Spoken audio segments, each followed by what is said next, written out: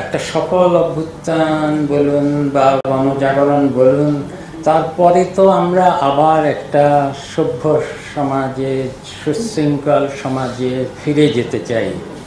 এবং শেষ পর্যন্ত তো শিক্ষাঙ্গনের যেই পরিবেশ, যেখানে ছাত্র শিক্ষকদের মধ্যে যে ধরনের সম্পর্ক আমরা আশা করি, সেটা তো ফিরিয়ে আনতে হবে। আমি জানি যে অনেক অন্যায় আছে, অনেকের ক্ষোভ আছে, কিন্তু অনেকগুলো জায়গায় যেমন দেখেছি বল প্রয়োগ করে শিক্ষকদেরকে সরিয়ে দেওয়া হচ্ছে, সেটা তো অত্যন্ত দৃষ্টিকটুও মনে হয় আমাদের কাছে। তো আমরা তো একটা সভ্য সমাজ, এর যদি যে অন্যায়গুলো হয়েছে সেগুলো তো সবই প্রতিকার করা হবে। এই বেসরকারি স্কুল কলেজের বোধহয় আমি বলেছিলাম পুরো বোর্ডকেই বাতিল করতে, কোনো কারণে বোধহয় বলা হয়েছে শুধু সভাপতিকে বাতিল করতে, কিন্তু আসলে পুরো বোর্ডকেই বাতিল করার কথা। এগুলো তো সবই রাজনৈতিকভাবে তৈরি করা বোর্ড, কিন্তু এটাও আমরা চাই না যে পালাবদলের চর দখলের মতো একটা রাজনৈতিকভাবে গঠিত বোর্ড চলে গেল, আবার আরেকটা একে দখল করে নিল, তাহলে তার লাভ হলো না। আমরা তো চাই গুণগত মান শিক্ষার। আমার নিজের ধারণা যে আমাদের শিক্ষা ব্যবস্থায় তো ক্রমাগত গুণগত অবনতি হয়েছে, কিন্তু এই শিক্ষা ব্যবস্থার পুরো চক্রের মধ্যে সবচেয়ে দুর্বলতম জায়গা হলো মাধ্যমিক শিক্ষা।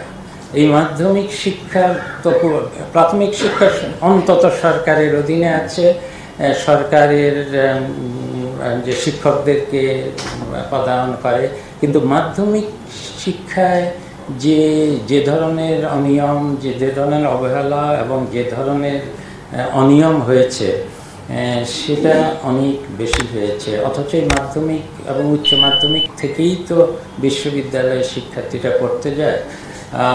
মাধ্যমিক পর্যায়েই কিন্তু অনেকগুলো বিষয়ে যারা জ্ঞান অর্জন করে, এটাই পরবর্তীকালে ভিত্তি হয়ে থাকে। আমি নিজে চেয়েছিলাম আরও বিবেচনা করে সময় নিতে, কিন্তু আপনারা জানেন যে ঘটনাগুলো ঘটেছে সেটা অনভিপ্রেত ঘটনা। তবে একটা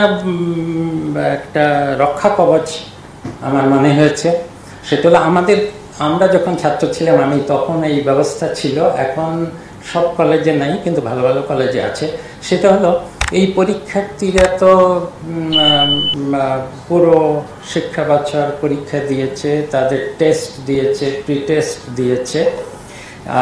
আমি সব কলেজ কর্তৃপক্ষের কাছে আবেদন করব যে তারা যেন এই শিক্ষার্থীদের সকল বিষয়ে পূর্ণাঙ্গ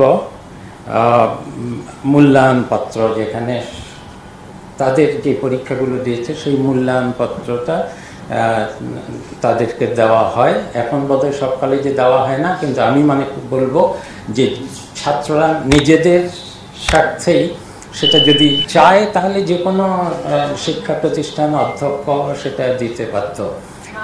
এমনও দেখা গেছে যে যারা বিদেশে, আমাদের শিক্ষার্থীরা উচ্চ মাধ্যমিক করেই বিদেশে চলে যায়, সেখানে কিন্তু আমাদের যে এই এসএসসি, এইচএসসি এগুলোর ফলাফলের থেকেও আমার নিজের অভিজ্ঞতা, আমি জানি আমার ছেলেমেয়েদের অভিজ্ঞতা থেকে, যে তারা সবচেয়ে বেশি মূল্য দেয় ওই স্কুলের মূল্যায়নপত্রের।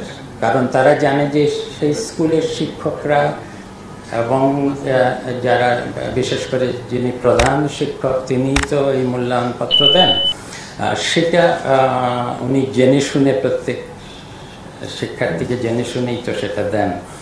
আর আমাদের তো এর পরবর্তী পর্যায়ে বিশ্ববিদ্যালয়ের ভর্তি পরীক্ষা আছে। এই ভর্তি পরীক্ষা তো সব বিষয়ের উপরই হয়। বিশ্ববিদ্যালয় কিভাবে ভর্তি পরীক্ষা নেবে সেটা তো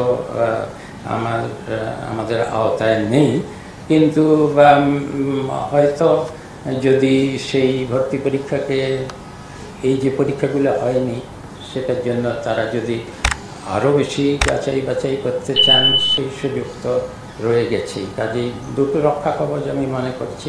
একটা হলো যে নিজেদের কলেজ থেকে শিক্ষার্থীরা তাদের সারা বছরের সব পরীক্ষার মূল্যায়নপত্র গ্রহণ করবেন, এটা চাইলেই তারা পাবেন। কোনো শিক্ষার্থী যদি খুব খারাপ রেজাল্ট থাকে সে হয়তো চাইবে না, আমাদের কিছু বলার নেই সেটাতে। কিন্তু আমি শিক্ষা প্রতিষ্ঠানগুলোর প্রধানদেরকে অনুরোধ করছি যেন সেই মূল্যায়নপত্রগুলো তাদেরকে দেওয়া হয়। আর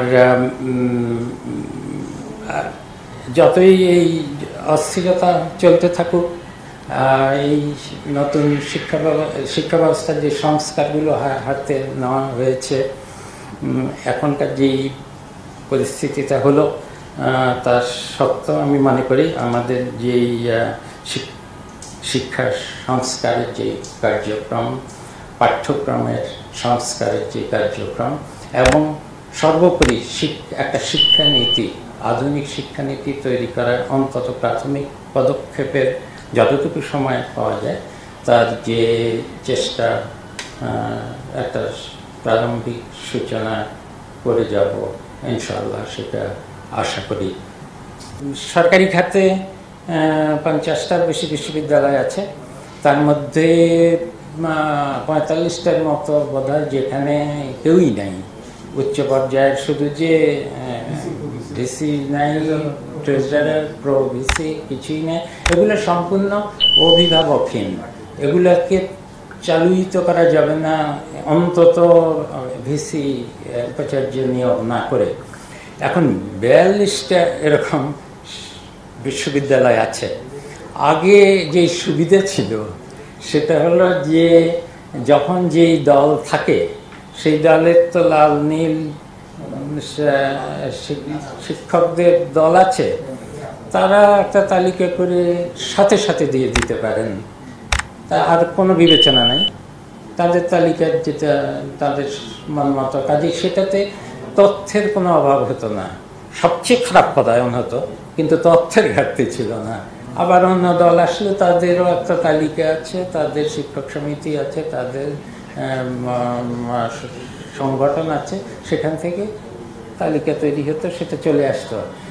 আমাদের ক্ষেত্রে তো আমি সেই সুযোগ পাচ্ছি না।